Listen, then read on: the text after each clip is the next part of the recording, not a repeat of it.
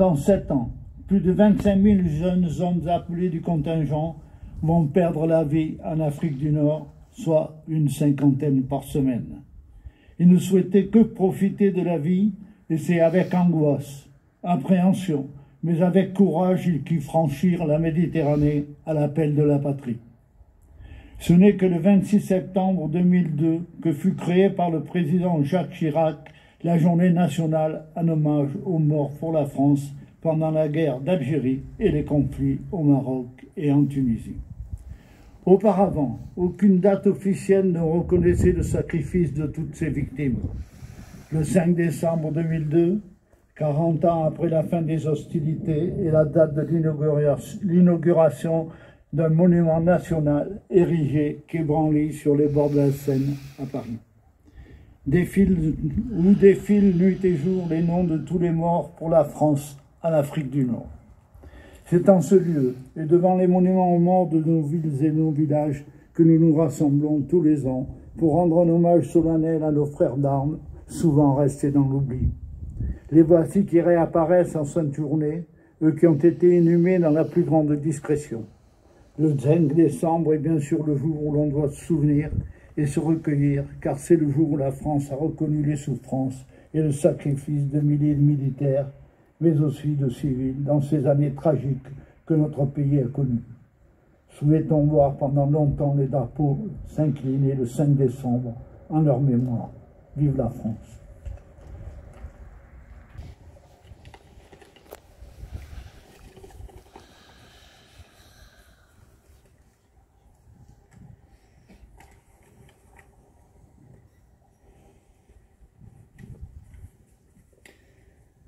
Au terme d'une année marquée par les célébrations du 80e anniversaire de la Libération, nous nous rassemblons aujourd'hui pour la dernière des 11 journées annuelles par lesquelles la Nation a souhaité distinguer les aspects de son histoire dont elle désire conserver plus particulièrement la mémoire. Le 19 mars, jour anniversaire du cessez-le-feu en Algérie, en application des accords d'Évian du 18 mars 1962, nous avions célébré la première de ces 11 journées, journée nationale du souvenir et du recueillement. Elle célébrait le soulagement des familles françaises qui virent revenir leurs fils. Cette date, cependant, ne marqua pas la fin des souffrances pour tous, mais fut l'annonce du drame que devaient vivre les rapatriés et de tragédies plus sanglantes encore pour ceux qui avaient combattu aux côtés de la France et ne purent la rejoindre. C'est pourquoi, le 25 septembre, nous avons rendu hommage aux harkis et aux autres membres des formations supplétives. La Nation leur exprime sa gratitude et s'efforce ainsi de leur rendre ce qu'elle leur doit.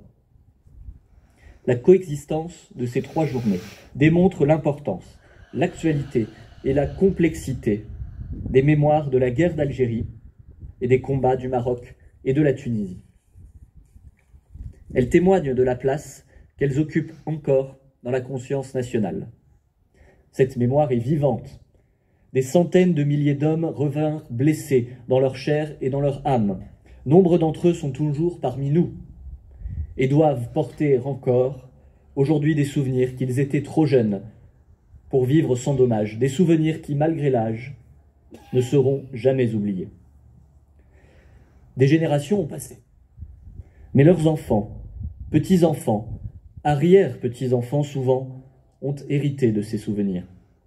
L'hommage de ce jour a cela de particulier qu'il commémore lui-même également un acte de mémoire.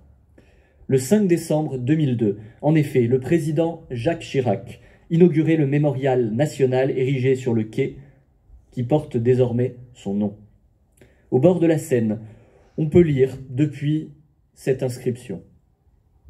À la mémoire des combattants morts pour la France lors de la guerre d'Algérie et des combats du Maroc et de la Tunisie, et à celle de tous les membres des forces supplétives tués après le cessez-le-feu en Algérie, dont beaucoup n'ont pas été identifiés. 1 343 000 appelés ou rappelés, 405 000 militaires de carrière ou engagés, près de 200 000 supplétifs ont servi sur les différents théâtres d'opérations d'Afrique du Nord. Cette mémoire n'avait pas été immédiate. Longtemps, un voile pudique avait été jeté sur les événements. Il fallut toute la persévérance des associations pour obtenir en 1967 le titre de reconnaissance de la nation et en 1974 le statut de combattant. Après presque 4 décennies, en 1999, le législateur reconnaissait officiellement qu'il s'était agi non seulement d'opérations, mais d'une guerre menée pour la France. Car c'est bien pour la France qu'ils sont morts. Et les combattants d'Afrique du Nord l'ont servi avec autant de mérite et de valeur que l'avaient fait leurs prédécesseurs. Comme les soldats de l'an 2, comme ceux du commando Kiefer, de la première armée de Delattre et de la 2e DB de Leclerc, comme tous les combattants de la France libre et les parachutistes de Dien Bien Phu, comme ceux du Liban, hier et aujourd'hui, ce sont toujours les mêmes soldats de France, les frères des poilus.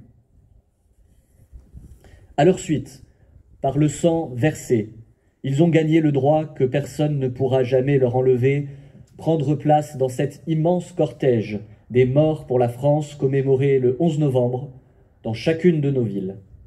Ils ont mérité d'être associés de manière irrévocable à cet hommage sacré. Non, ils ne sont pas morts pour rien. Leurs faits d'armes furent bien réels, leur bravoure également, leur dévouement entre camarades, surtout.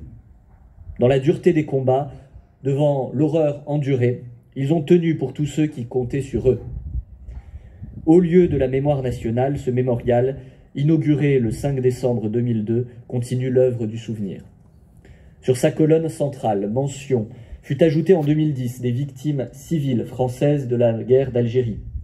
Nous nous rappelons des victimes des attentats du Milk Bar et de la rue Michelet, le 30 septembre 1956, de celle de la rue d'Isly, tombée sous les balles fratricides le 26 mars 1962. Nous pensons aussi aux Européens massacrés dans les rues et les immeubles d'Oran, le 5 juillet 1962. La loi du 23 février 2005 demanda d'associer à cette journée nationale les rapatriés et les personnes disparues. Nous n'oublions pas le million de Français d'Algérie, d'origine européenne, arrachés à ce qui était devenu pour eux une terre charnelle.